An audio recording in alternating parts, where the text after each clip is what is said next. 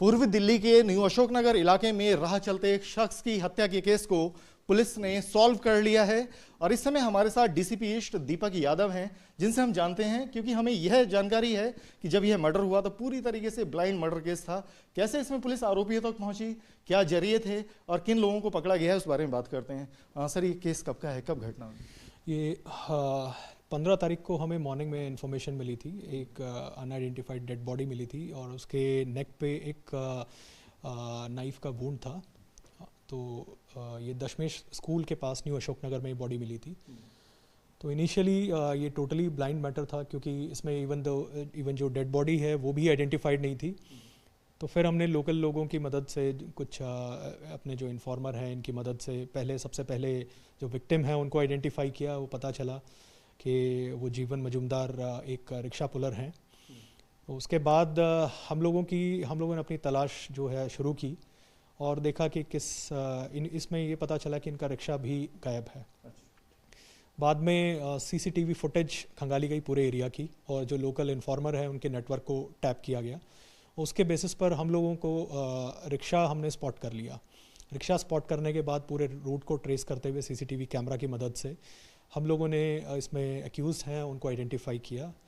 इसमें 2 एक्यूज़ड हैं, दोनों को पुलिस अरेस्ट कर चुकी है और साथ ही में उन्होंने ये कबूला भी है इस केस में कि उन्होंने ये जो हत्या है ये जो विक्टिम है उनकी रिक्शा और उनकी जेब में रखे हुए पैसे के लिए किया था।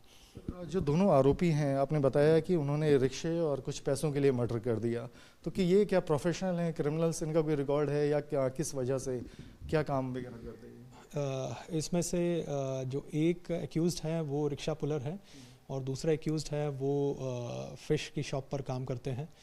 और एक एक्यूज़ड हैं उनका एक क्रिमिनल बैकग्राउंड है, 2 मुकदमे हैं उन पे, पहले चोरी के पुराने मुकदमे हैं।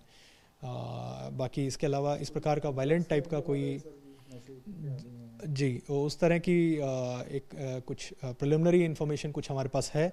इसके ऊपर हम फर्दर इन्वेस्टिगेशन अभी कर रहे हैं। कितने पैसे लूटने के लिए मर्डर हुआ, कितने पैसे लूटे गए? इसमें जो विक्टिम थे उनके पास 60 रुपये थे, 60 रुपीज़, और साथ में उनका रिक्शा भी लेकर गए। रिक्शा को इन लोगों ने बेचने की कोशिश की लेकिन इनका रिक्शा बिका नहीं, तो उसके बाद उसको वहीं पे रोड साइड पर इन्होंने छोड़ दिया। तो आपने सुना कि कैसे देश की राजधानी में 60 रुपये के पीछे कत्ल हो जाता है, यानी कि एक 58 साल के रिक्शा चालक गरीब की हत्या कर दी गई। जो क्रिमिनल थे उन्होंने उनकी जेब से 60 रुपये लूटे और उनका रिक्शा ले गए। अब पुलिस ने केस को सॉल्व कर लिया है, हालांकि इसमें सीसीटीवी और लोकल इंटेलिजेंस की मदद रही है और पुलिस का कहना है कि जो आरोपी हैं उनको न्यायिक हिरासत में जेल भेज दिया गया है। वीडियो जर्नलिस्ट विकास राय के साथ अवनीश चौधरी, न्यूज नेशन दिल्ली।